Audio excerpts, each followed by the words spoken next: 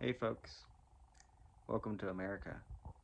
So, here in America, a lot of people are worried about outside influence in our government, and things are happening rather quickly. And I think that everybody's starting to catch wind of what's happening and the occupation that's obviously happening in our government. And I want to share some things that maybe you do not know and you need to study up on. I think that there's a lot of people that's just not aware of the situation, and it's not for point of arguing with somebody about it, but I think if everybody looks at the information and they can decide for themselves what to think, rather than forcing somebody to believe something, that's probably better. And I think you have to give people an opportunity to do research and make a decision on themselves. And I think once they get the information needed, then we can move forward in this country. The large majority of what our government doing is doing. 70% usually don't even American citizens don't even agree with it anyway. So why are we letting the few percentage over absolutely ruin our lives? Um, I want you to look up what BDS laws are and Google that, and it's basically uh, about not supporting another country, which this is America. Who cares? This is the United States of America. We should only care about America. That's how George Washington wanted, and that's how it should still be. We shouldn't be meddling in other affairs from other countries. I don't care who it is. Um, we should just do what we got to do and do what we do best. And everybody that we have the ball and chain hooked to needs to just go away. I don't even care anymore. We don't need anybody. We don't. And the fact that everybody thinks we need them is terrible. So I want you to look at BDS laws.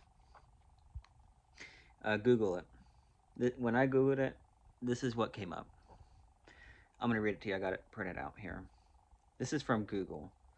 While a comprehensive federal law directly targets the BDS, which is the Boycott, Division, and Sanctions movement, has been proposed at the federal level. It has not yet passed both Chamber of Congress.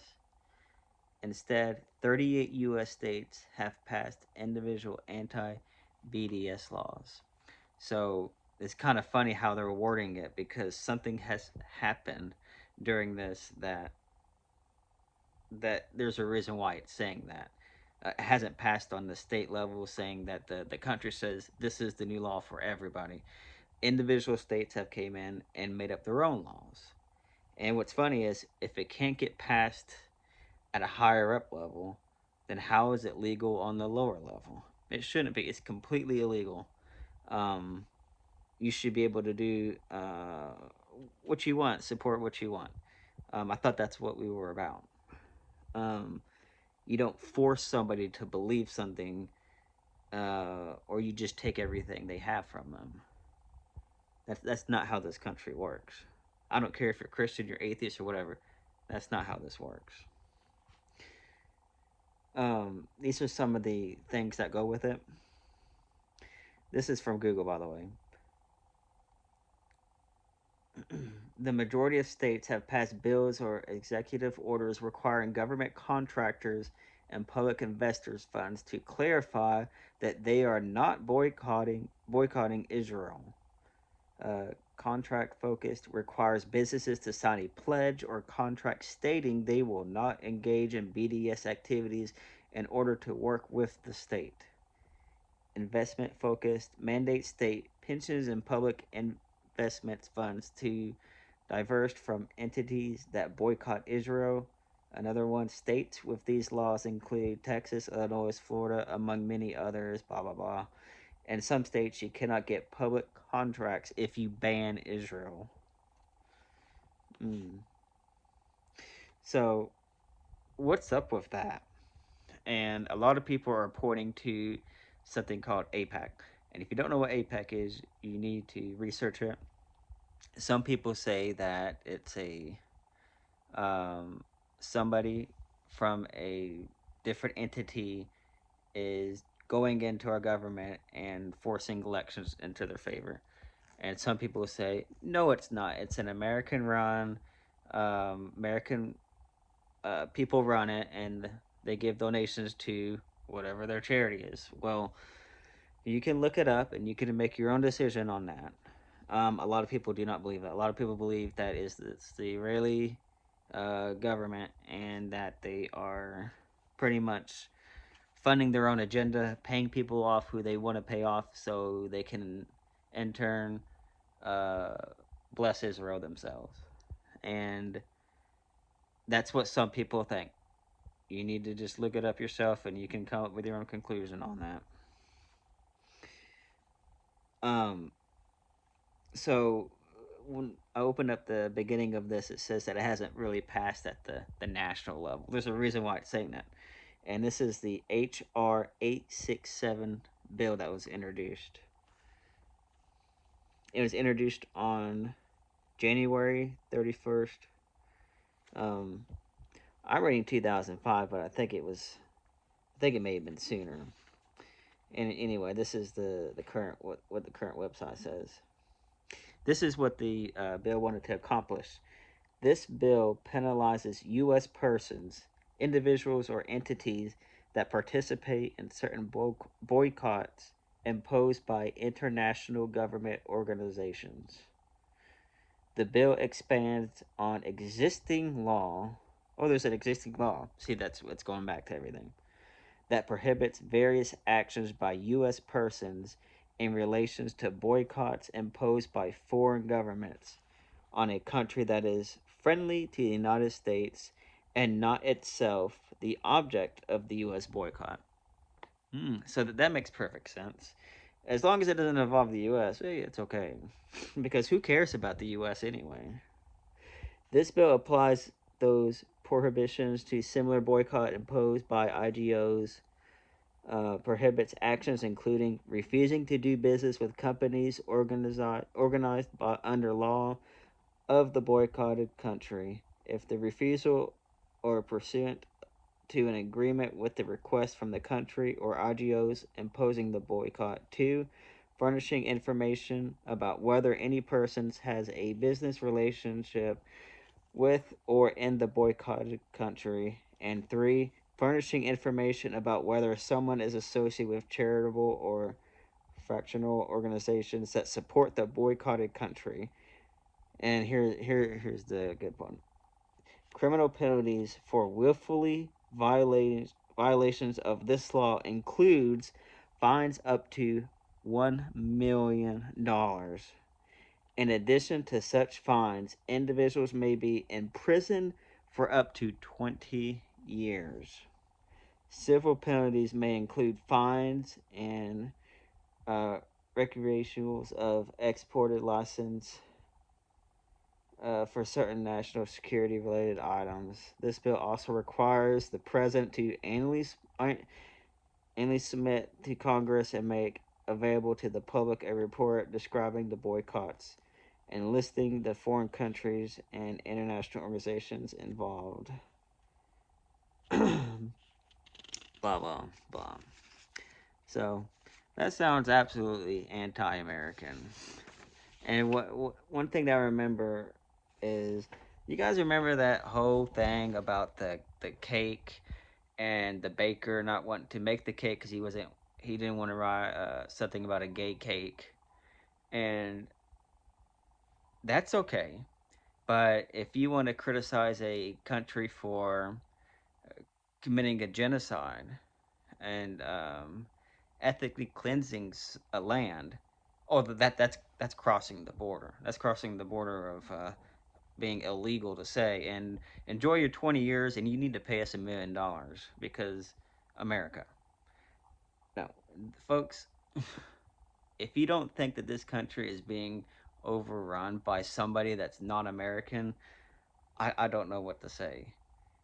This is only going to get worse unless something changes, and something is going to change, and that's just that's just fact. Um, and the people who are going to be at fault is the people who are leading this. It's the government officials. It's going to be their fault. It's not going to be the fault of the people because majority wise, almost 70% of people don't even agree with the stuff that they're doing anyway. And people are catching on quick. So I want you to look at who sponsored this bill. You got a lot of homework to do. I'm trying to help everybody understand what's going on. The representative Michael Lawyer. If you type this into Google, this is what comes up. So I typed this into Google. Does Michael Lawyer get APAC money? This is what comes up word for word. Yes, Representative Mike Lawyer, Representative New York, receives significant campaign funding from the American Israel Public Affairs Committee, also known as APAC, and is afflicted pro-Israel donors. Federal Election Commission data compiled by Open Secret details the scope of this support. The 2024 election cycle, Lawyers Re-Election Committee received over $630,000 from APAC. During the cycle, with reports indicating his total haul for pro-Israel lobbyists may have exceeded $1 million. So he's wanting to pose a ban charging you $1 million while he himself got paid $1 million from these people. That makes a whole bunch of sense. That's where the million came from. I'm just being sarcastic. Top career contributor. APAC is frequently cited as one of the top career campaign donors. Opponent stance. Lawyers' acceptance of APAC funds is a prominent issue in his district, with progressives and Democrats challenging, actively highlighting their decisions to reject APAC money. So, bought and paid for by who? The American people or APAC? So, what you need to do is look at all the representatives who agree with this. I'm going to read it one more time of the proposed bill. Let me see.